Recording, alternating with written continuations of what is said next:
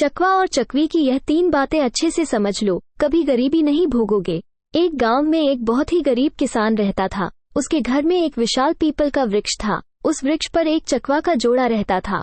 वे दोनों पति पत्नी बहुत ही बुद्धिमान थे और वो किसान भी बड़ा ही सीधा साधा और सच्चा इंसान था। वो बेचारा गरीबों का जीवन जी रहा था। ठीक से परिवार का पालन पोषण भी नहीं कर पाता था, लेकिन वो किसान उन दोनों चकवा और चकवी का बहुत ख्याल रखता था। उनको खाने को भोजन देता था और पीने के लिए पानी देता था। उस किसान के दिल में पक्षियों के लिए बहुत दया थी। वो चकवा और चकवी भी उस किसान के घर पर बहुत खुश थे। चकवा को अपने लिए भोजन लेने कहीं जाना भी नहीं पड़ता था। किसान भोजन उनके घोंसले में ही दे दिया करता था। फिर एक दिन चकवी चकवा से कहती है, हे स्वामी, ये किसान मन का कितना अच्छा है, हमारी कितनी सेवा करता है, परंतु यह आवश्यकता से ज्यादा सीधा साधा है। यह अपने भोलेपन के कारण अपना आत्मविश्वास खो चुका है। यह अपने परिवार का पालन पोषण भी ठीक प्रकार से नहीं कर पाता है। चकवा कहता है, हाँ प्रिय, इसके जीवन में बहुत कष्ट है। तब चकवी कहती है, हे स्वामी, संसार में ये 6 कष्ट बड़े ही दुखदायी होते हैं। पहला दुख है पत्नी का वियोग, दूसरा दुख है अपनों द्वारा किया गया अपमान, तीसरा दुख है बचे हुए कर्ज को ना चुका पाना, चौथा दुख है दुष्ट राजा की सेवा करना, पांचवा दुख है दुष्ट पुरुषों की संगत करना और छठा दुख है गरीबी में जीवन यापन करना। इन दुखों के कारण मनुष्य का शरीर बिना अग्नि के ही जलता रहता है।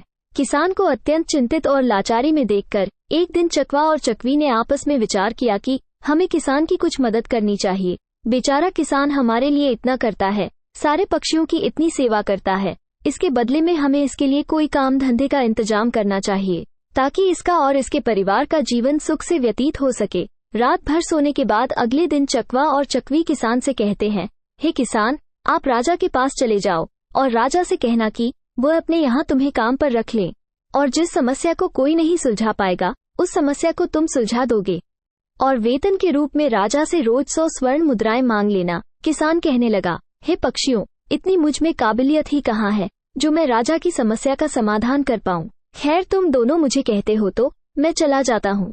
चकवा और चकवी के कहने से वह किसान राजा के दरबार में पहुंच गया और जैसा जैसा चकवा और चकवी ने उसे समझाया था, किसान ने राजा से वैसा ही कह दिया और हर रोज वेतन के रूप में 100 स्वर्ण मुद्राएं भी मांग ली। राजा कहने लगा, किसान, जानते हो 100 स्वर्ण मुद्राएं हमारे यहाँ मंत्री को भी नहीं मिलती है और तुम हमसे 100 स्वर्ण मुद्राएं पाना चाहते हो।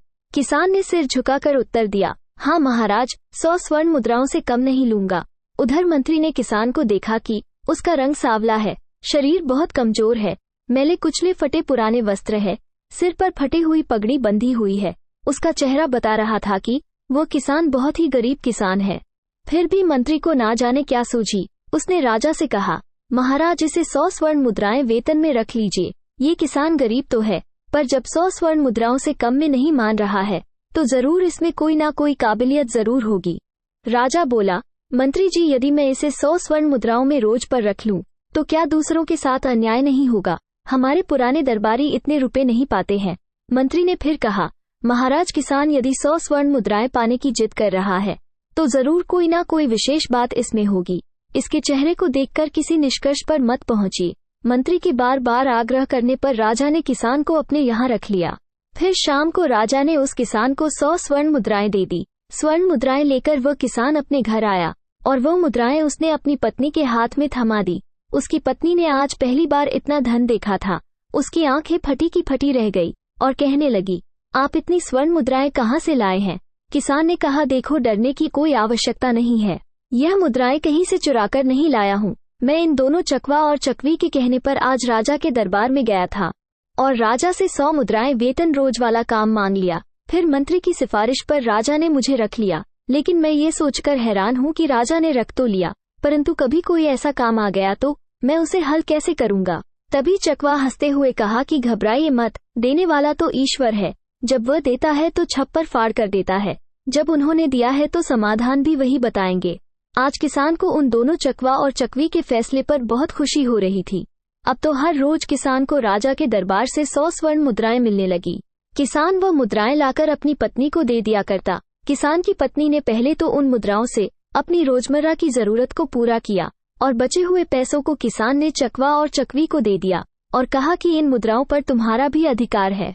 फिर उन स्वर्ण मुद्राओं को चकवा और चकवी परोपकार के कार्यों में लगाने लगे। वो उन मुद्राओं से गरीबों को खाना खिलाने लगे, जंगल में रहने वाले पशुओं के लिए पानी की व्यवस्था करते, और धीरे धीरे उन दोनों पति पत्नी ने किसान की सहायता से एक पाठशाला खुलवा दी, ताकि गरीब लोगों के बच्चे जो पैसों की कमी के कारण पढ़ नहीं पाते वो भी पढ़ सके।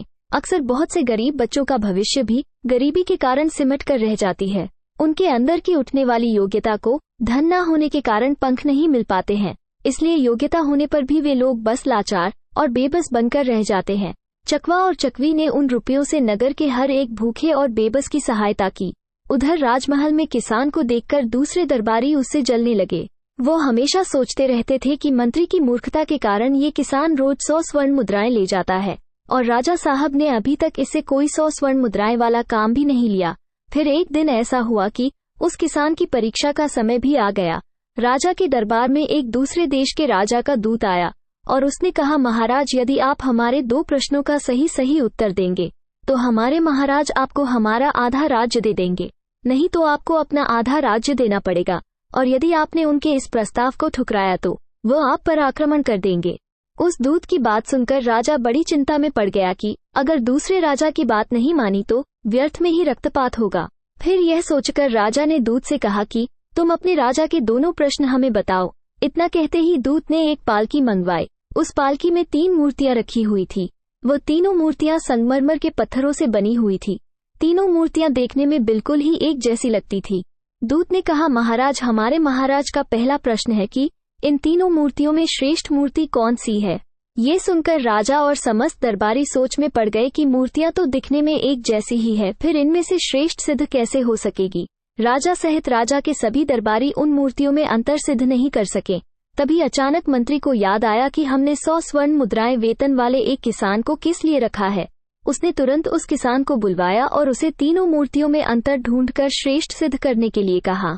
बेचारा भोला भला किसान मूर्तियों को देखकर आश्चर्य में पड़ गया कि इन तीनों मूर्तियों में अंतर को कैसे पता किया जाए। यदि नहीं बता पाया तो राजा नौकरी से निकाल देगा। अब तो दरबार में जलने वाले लोग भी सोचने लगे कि आज इस किसान का खेल खत्म हो जाएगा। काफी देर मूर्तियों को गौर से देखने के बाद भी किसान को कुछ समझ में नहीं आया तो किसान ने कहा, महाराज, इन मूर्तियों को एकांत कक्ष में रखवा दीजिए, तब तक मैं घर होकर आता हूँ। लौटकर मैं इन तीनों मूर्तियों में अंतर को आपको जरूर बता दूंगा। इतना कहकर किसान अपने घर को चला गया। उधर राजा ने उन मूर्तियों को एकांत कक्ष में रखवा दिया। किसान सीधा अपने घर गया और पूरी बात चकवा और चकवी को बताई। ये बात सुनकर चकवा ने कहा, हे किसान, जब तीनों मूर्तियां देखने में एक जैसी है तो अंतर जरूर उनके अंदर होगा। तुम एक काम करना, एक पतला सा तार उन मूर्तियों के कान में डालना। वो तार कहाँ निकलता है ये बात आकर मुझे बताना, मैं आपको उन मूर्तियों का अंतर समझा दूंगा। अब तो किसान तुरंत राजमहल में गया और मूर्तियों के पास गया और एक पतला सा तार उसके कान में डालकर देखने लगा। पहली मूर्ति के कान में तार डाला तो वो तार दूसरे कान से बाहर निकल गया।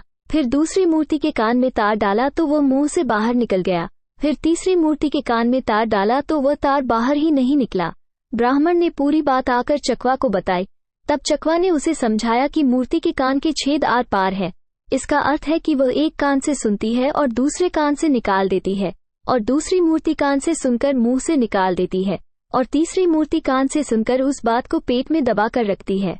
यही तीसरी मूर्ति उन तीनों में से श्रेष्ठ है, जो मनुष्य सबकी सुनकर उसे अपने अंदर रखता है और उसे किसी से कहता नहीं, और समय आने पर इसको प्रयोग में लाता है।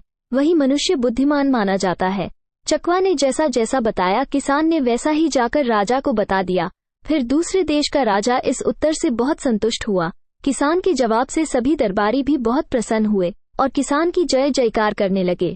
तभी उस दूत ने दूसरा प्रश्न रखा कि ऐसा व्यक्ति कौन है जो एक तो मृत से जीवित रहता है और दूसरा जीवित रहने से जीवित रहता है। किसान प्रश्न सुनकर फिर भागकर चकवा और चकवी के पास गया। इस बार चकवा ने बताया कि हे किसान, इसका उत्तर ब्राह्मण है और एक वैद्य है। जब व्यक्ति मर जाता है तो मरने वाले के अंतिम संस्कार से लेकर श्राद्ध कर्म तक के कार्य करके पंडित ही दक्षिणा लेकर अपनी जीविका चलाता है, और वैद्य मृत्यु की ओर जाने वाले बीमार लोगों को जीवित रखता है और अपना पेट पालता है। ब्राह्मण ने यही उत्तर जाकर राजा के सामने रख दिया। पूरे दरबार में किसान की जय जयकार होने लगी। फिर शर्त के अनुसार राजा को आधा राज्य मिल गया। पूरे नगर में किसान की इज्जत बढ़ गई। फिर एक दिन राजा ने सोचा कि किसान प्रश्न सुनकर अपने घर क्यों जाता था। जरूर कुछ तो कारण था। राजा के पूछने पर किसान ने बताया कि उसके घर के बाहर एक पीपल का पेड़ है। उस पेड़ पर एक चकवा और चकवी का जोड़ा रहता है।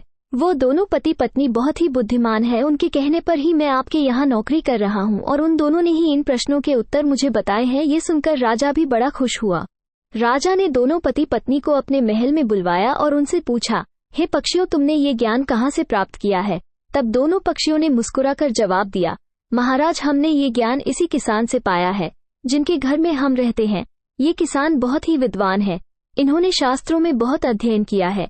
जब ये किसान शास्त्रों का अध्ययन करता था तो हम पेड़ पर बैठे बैठे सुनते थे। यह इन्हीं की कृपा का फल है। महाराज, ये किसान बहुत ही सीधा साधा है। इसमें आत्मविश्वास की कमी थी। ये जीवन भर अपने भोलेपन से गरीबी का दुख भोगता रहा। इस बार इन्होंने हमारी सलाह मानी और यह सफल हो गए। राजा कहने लगे, हे पक्षियों, मुझे तुम पर बहुत गर्व है। तुमने एक लाचार किसान का मान बढ़ाया है, साथ ही साथ इस राष्ट्र का नाम रोशन किया है। मांगो, तुम क्या मांगना चाहते हो? तब चकवा कहता है, महाराज, मैं चाहता हूँ कि हमारे नगर में सभी जीव जंतुओं का जीवन सुखमय हो और कोई भी पक्षी या कोई भी जानवर भूख या प्यास के कारण ना मरे। फिर चकवी कहती है, महाराज, मैं चाहती हूँ कि हमारे राज्य में बेटों की तरह ही बेटियां भी शिक्षा प्राप्त करें। कहते हैं, जहाँ नारी अज्ञानता के अंधकार में भटकती है वहाँ पर कभी सुख शांति नहीं आ सकती। नारी अपनी संतान की गुरु होती है। यदि वह शिक्षित होगी तो उनकी संतान भी शिक्षित होगी। चकवा और चकवी के कहने पर राजा ने अपने राज्य में नारी शिक्षा और जीव जंतुओं की सेवा को बढ़ावा दिया। कहते हैं, जिस तरह सुंदर से सुंदर फूल भी बिना सुगंध के व्यर्थ है, उसी प्रकार मनुष्य चाहे कितना ही रूपवान हो, यौवन से भरपूर हो, बलवान हो, बड़े कुल में पैदा हुआ हो, स्त्री हो या पुरुष हो, विद्या के बिना दूसरों के प्रति, जीव जंतुओं के प्रति दया के बिना सब व्यर्थ है। उसकी कोई शोभा नहीं होती। वीडियो अच्छी लगी हो तो लाइक, शेयर और ऐसे ही वीडियो को देखने के लिए हमारे चैनल को सब्सक्राइब जरूर करें। धन्यवाद।